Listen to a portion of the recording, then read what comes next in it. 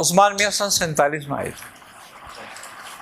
दादा मियाँ का हुक्म भी आए थे, वो जब हिंदुस्तान पाकिस्तान बनाए हिजरत के तो दौरान में ही वो आए थे और आन के लाइन्स एरिया में ठहरे थे और लाइन्स एरिया में ही रुके थे आन के। तो इन्होंने फिर यहाँ से दादा मियाँ को ख़त लिखा कि मैं लाइन्स एरिया में हूँ। तो फिर दादा मियाँ ने ख़त का जवाब दिया इनके और कहा कि तुम लाइन्स एरिया में नहीं रहो। तो उन्होंने वहाँ से लिख के भेजा था कि तुम मलीर में चले जाओ, जबकि उन्होंने पाकिस्तान नहीं आए कभी भी वो उनको नहीं पता मलीर कहाँ, लेकिन उन्होंने लिख के भेजा था कि तुम मलीर जाओ। तो उस ज़माने में मलीर आबाद हो रहा था, शुरू हुआ था आबाद होना। तो इन्होंने अपनी शिफ्टिंग मलीर की करा दी फिर कि मेरी मलीर में शिफ्टिंग कर दो। तो ये मलीर चले गए। तो बाकायदा ख़त था उनका ये। तो मियाँ साहब ने ये बात मुझे नहीं बताई थी, ये बताया था कि मैंने ख़त लिखा था कि मैं कहाँ रहा हूँ, मैं जब ट्रेन में हूँ इस वक्त। तो उन्होंने लिख के भेजा कि मलीर चले जाओ। तो हमारे एक पीर भाई थे, वो चचा पीर सिद्दीकुल हसन, सूफी सिद्दीकुल हसन, ये यहाँ थे, क्या नाम है इसका, डबल स्टोरी स्कूल पे। तो उन्होंने मुझे ये बात बताई थी। तो वो उनकी तरबियत मियाँ साहब के हवाले करी थी उन्होंने, उनको खिलाफत भेजी थी ख़त के ज़रिए। 3 आदमियों को खिलाफत, 4 को मेरे ख्याल 4 को मियाँ साहब दादा मियाँ ने ख़त के ज़रिए भेजी थी खिलाफत। एक सूफ़ी सिद्दीकुल हसन थे और एक सूफ़ी माजिद, इसमें डालमिया पे रहते थे वो सूफ़ी, उनका भी बड़ा हल्का था सूफ़ी माजिद का भी। और एक सूफ़ी यहाँ पर थे, क्या नाम है इसका, लियाकताबाद में। तो एक सूफ़ी सनाउल्लाह है, सनाउल्लाह नहीं, एक और सूफ़ी साहब थे, उनका नाम मेरे जहन से निकल गया। 4 लोग थे। एक ये थे कल्लू मियाँ, हाँ नसीम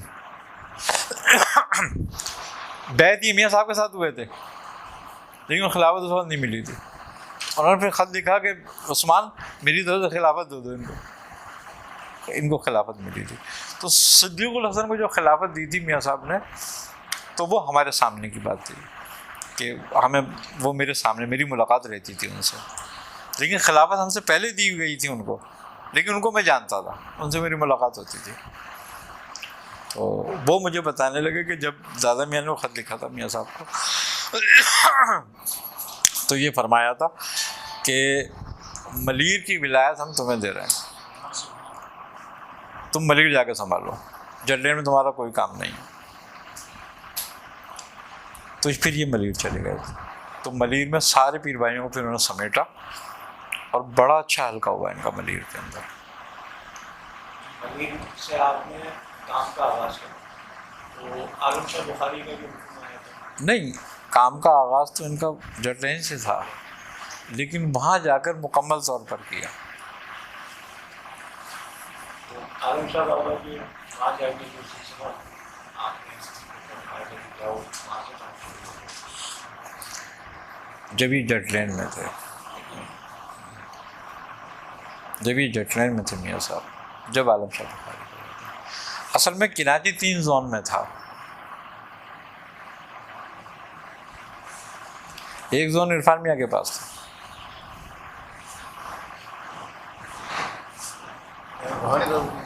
तीन जोन,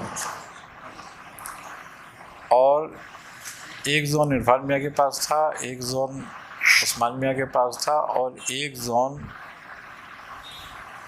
एक भाईजान थे उनके पास था, वो नाज़ाबाद में रहते थे। नहीं, वो हिज़्बुल बैर को जो आमिल थे उनके हाथ में था वो, उनसे भी मिल जाती हिज़्बुल बैर की, उनके साथ में रहा भी। तो वो भी बोलते थे, कहने लगे ये जोन मेरा है, इसमें कोई भी बात मैं करूँगा, मैं जानता हूँ, कोई नहीं आ सकता मेरी याद के बगैर, ऐसे थे। तो उसको 3 हिस्सों में तकसीम हुआ था ये। तो वो जो थे, क्या नाम है उसका, उस्मान मियाँ ने वहाँ से सिलसिला शुरू किया और बड़ा हल्का हुआ। फिर उसके बाद यहाँ पर आए वो जब वो इलाका बनी था, इलाका जो था दादा मियाँ को मिला, तो याकूब अली शाह साहब था वहाँ पे। याकूब अली शाह साहब बकरा पीढ़ी में थे, बकरा वो बकरा पीढ़ी में थे और उनका एक ज़माना बकरा पीढ़ी में गुजरा। फिर उनको हुक्म हुआ कि तुम मलीर चले जाओ। यहाँ आ गए थे फिर वो डिग रोड में एक अरसे तक। यहाँ ज़्यादा अरसे नहीं रहे, ज़्यादा अरसे उनका मालूम रहे। आखिरी आराम में हाँ, वहीं डिग रोड में उनको यही हुक्म था। इरफान जो है लाहौर से यहाँ लाइन्स एरिया में आए थे, वो फिर वहीं गए। कौन? इरफान इरफान मियाँ लाइन्स एरिया नहीं आए थे। इरफान मियाँ को जब ये 14 साल वहाँ बैठे रहे मियाँ मीर पे, और इनका जिक्र जो था 14 बरस तक, असल में जब ये मियाँ साहब के मुरीद हुए थे इरफान मियाँ, तो ये अपने ख़ानदान में ना अपने इकलौते थे। तो उस ज़माने में ये ब्रिटिश दौर में जो थे क्लास 1 मजिस्ट्रेट थे, पढ़े लिखे आदमी तो बहुत। फिर इनको जब ये ख्वाजा मंजूर हुसैन साहब से मुलाकात हुई तो दोनों एक ही जगह पले थे, बचपने में एक ही जगह रहे थे। तो फिर मियाँ साहब को बंद कर दिया था हवेली में और ये पाकिस्तान आ गए थे, लाहौर पंजाब आ गए थे ये लोग। तो जब ये पंजाब आ गए थे तो इनके वालिद का जब विसाल हुआ तो वह हिंदुस्तान जाके हुआ था। किनका? इरफान मियाँ के। तो सारी जायदाद सब कुछ इन्हीं की थी। तो जब ख्वाजा मंजूर हुसैन शाह साहब को सज्जादगी हुई तो उन्होंने जो है, अब इन्होंने गद्दी क्यों छोड़ी अपनी? इनकी मेवात में गद्दी थी। हाँ, तो इन्होंने वहाँ से गद्दी क्यों छोड़ी थी? इन्होंने गद्दी ये छोड़ी थी कि ये किसी औरत के आशिक हो गए थे दादा मियाँ के दौर में। वो हिंदू औरत थी, रूपमती। बताया था मैंने तुम्हें एक बार किस्सा, ये बताई थी एक बार। तो वो सिलसिला ख़त्म हो गया था, अब दादा मियाँ ने जो है ख़त्म करा दिया था। तो ये जाके वो रूप, ऐसा एक वाक़या था कि रूपमती हिंदू औरत थी वो लड़की, तो वो पानी भरने आती थी कुएं पे, थी बहुत खूबसूरत। बताते थे इरफान मियाँ बताते थे ये बात, मियाँ साहब ने कभी नहीं बताई, नहीं बोलते थे, लेकिन इरफान मियाँ बताते थे। तो एक दफ़ा इरफान मियाँ ने कहा, मियाँ वो क्या बात थी? अरे कहने चुप, तुझे तो पता है सब। तो ये बचपन ऐसे थे साहब। तो ये वहाँ कुएं पे जाके पानी निकालना शुरू कर दिया इन्होंने, लोगों को पानी भर भर के देने लगे कुएं पे से, वो सिर्फ उसकी वजह से। तो वो कहने लगे, मियाँ साहब, दादा मियाँ हमारे मुज़फ़्फ़र शाह साहब, अरे कहने लगे ये कहाँ गायब रहता है महमूद, आजकल ये नज़र नहीं आता खानकाह में। अरे कहने लगे मियाँ, लोगों ने कहा कि उसकी शिकायत आने वाली है कुछ दिनों में आपके पास। कहने क्यों, क्या हुआ? कहने वो ऐसे कुएं में पानी भर भर के देता है। अरे तो कहने की माशकी बनेगा ये। तो कहने के अब तो कुछ भी बने, इश्क तो कुछ भी बना सकता है। कहने क्या मतलब? कहने के ऐसे ऐसे बात है। कहने जाओ उसको बुलाओ, बुला के लाओ उसको हमारे पास। अब ये बुला के लाए उसको, उनको कि चलो भाई वहाँ पे तुम। तो उस ज़माने में इनकी उम्र 12 या 13 साल थी या 14 साल थी, ऐसी कुछ थी, 15 के अंदर अंदर थी। तो अबे क्या हो गया भाई? कहने लगे नहीं कुछ नहीं, बैठो यहाँ पे, यहाँ बैठा करो, यहाँ क्यों नहीं होते हो तुम? कहने लगे अच्छा। अब ये थोड़ा पीछे को होकर बैठ गए, वो बातों में लगे, थोड़ी देर देखो तो गायब। अरे कहने कहाँ गया? कहने लगे कुएं में। जब जाके देखा तो आगे कुएं में थे। कहने लगे उसको बोलो जाओ मियाँ साहब बुला रहे हैं। हाँ हाँ बोले, मैं आ रहा हूँ, क्योंकि उसके आने का टाइम था पानी का। अब वो कह ले मियाँ वो तो ऐसे ऐसे कह रहा है। अरे अच्छा कहने जाओ तो मैं उसको बोलो रूपमती बुला रही है। बोला जब वो आए तो देख रहे हैं क्या कि हुजरे में रूपमती बैठी हुई। अरे आए कहने के रूपमती तू यहाँ गया? अरे कहने कौन रूपमती? अरे कहने मियाँ आप? अरे कहने का तू देखे तो हम भी रूपमती है।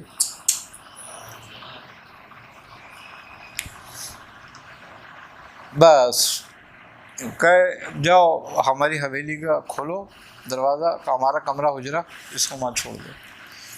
वहाँ ले गए। कहना अब तुम यहाँ रहो, और हवेली का ताला डाल दिया। जिस दिन ताले खुद खुल जाएंगे उस दिन आ जाना। तो ये तकरीबन 30 बरस उसमें रहे।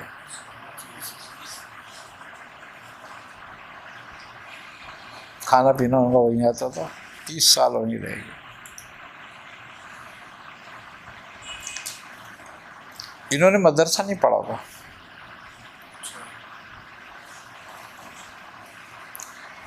लेकिन 3000 से ज़्यादा ज़बानी हदीसें अरबी में याद थी मतन के साथ।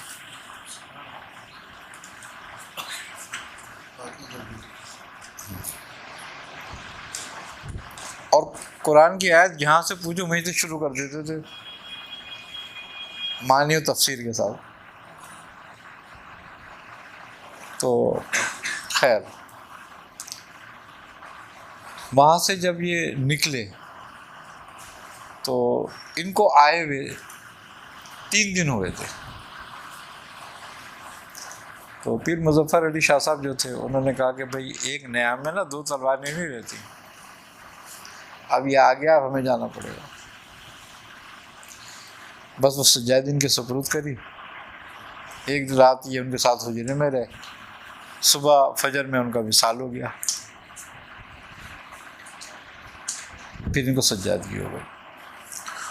तो उस वक़्त में ये वहाँ थे जब तो वो रूपमती का बच्चा था या उसका पोता था, वल्लाह आलम बिस्सवाब, वो ये 2 में से एक बात थी। तो वो बहुत बीमार हो गया शदीद।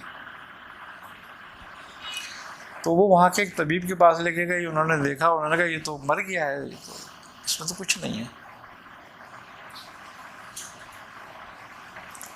तो लोग कहने लगे खान का ले जा, दम करा लो इसको, सही हो जाएगा ये।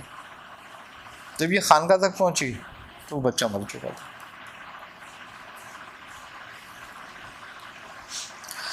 अब वो जब दिखाया कि भाई मियाँ साहब को दिखाओ अपने हुजूर, तो मियाँ साहब को दिखाया। मियाँ साहब ने देखा ये तो ले जा इसको।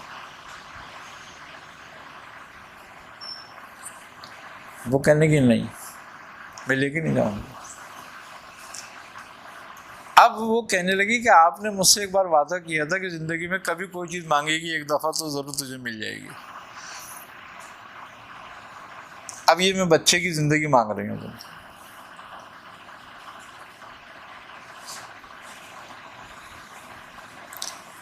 अब तुम सादात हो,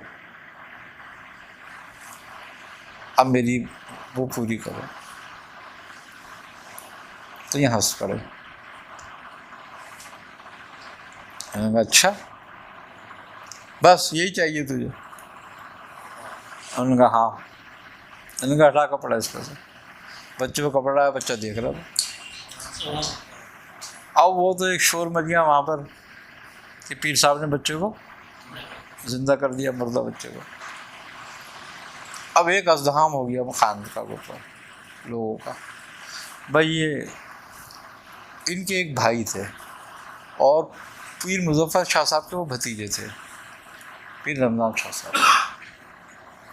इन्होंने उनको सज्जादा मुकर्रर किया वहाँ पर। एक रात अपने साथ रखा, सज्जादा मुकर्रर करा और ये वहाँ से चल दिए। फिर सारी उम्र सफ़र में रहे बस। फिर कोई घर नहीं बनाया कभी इन्होंने, कहीं बैठे नहीं। अफ़गानिस्तान पत्नी कहाँ का घूमते फिरते थे। फिर ये तो ये पाकिस्तान जो इरफान मियाँ जब ये लाहौर आए तो इरफान मियाँ से मुलाकात हुई इनकी। इरफान मियाँ को हुक्म हुआ कि इनसे जाके उनके वालिदैन को बशारत दी कि जाओ और इनसे मुरीद हो जाओ। तो ये मुरीद होने के लिए आ गए। अब ये कहने लगा भाई तू तो मेरा दोस्त है, मैं तुझे क्या मुरीद करूँ? उन्होंने कहा नहीं, मुझे हुक्म है, आप मुझे मुरीद करो। इन्होंने मुरीद कर लिया और कहा एक शर्त है मुरीद करने की हमारी। कहने के क्या? कहने के ये जो मजिस्ट्रेट वगैरह है और ये जो तेरा सब कुछ सिलसिला है ये नहीं चलेगा, पहले सब ख़त्म करके आओ। उन्होंने इस्तीफ़ा दे दिया और कहने के फिर ये फ़कीर ऐसे नहीं होती, ये तो हर वक्त तू जायदाद के चक्कर में रहेगा, दौलत के चक्कर में रहेगा, कैसे खर्च हो कहाँ हो, सबको ख़त्म करके आ। उन्होंने अपनी वालिदा से कहा कि मैं क्या करूं? उन्होंने कहा बेटा जो तेरा मर्जी कर, हमारा इसमें कुछ नहीं है। उन्होंने सब राय लीला खैरात कर दिया, बिल्कुल फारिग हो गए। फिर वो आए, उन्होंने कहा नहीं ये जो कीमती कपड़े हैं ना ये भी उतारो। फिर वो गाढ़े का मोटा कपड़ा जो होता है खद्दर, वो ले लिया, उसके कपड़े बना लिए। बस बोले 2 जोड़े बहुत होते हैं फ़कीर को, और क्या चाहिए? 1 रोटी और 1 कपड़ा, और कुछ नहीं चाहिए इसके बाद। अब क्या करूं? कहने जाओ मेरे साथ चलो। ये लेकर आ गए। कहाँ पर? मियाँ मीर पर। वहाँ बैठे और कहा मियाँ मैं आपके हवाले कर रहा हूँ, मैं तो सफ़र में रहता हूँ, अब आप जाने ये जाने। वो इरफान मियाँ मुझसे कहते थे, कहने के बेटा भाई मैंने देखा कि उन्होंने मेरा हाथ अपने हाथ में लिया, उन्होंने कहा हाँ तुम जाओ, हम निगरानी करेंगे उसकी, या हम जाने हमारा काम जाने। बस वो बोल के मैं यहाँ बिठा के उसको, फिर वो चले गए और उनको सबक दे गए। तो 14,000 मरतबा सूरह इखलास ये सुबह पढ़ते थे फजर के बाद से लेकर ज़ोहर तक, और 14,000 मरतबा इशा के बाद से तहज्जुद तक।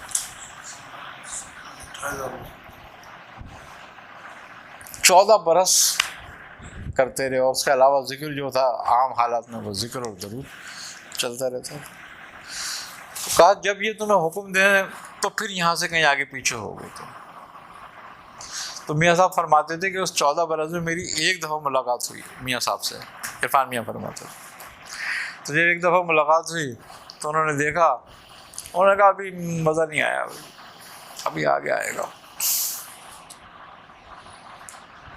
ये भूख ज़्यादा लगती है।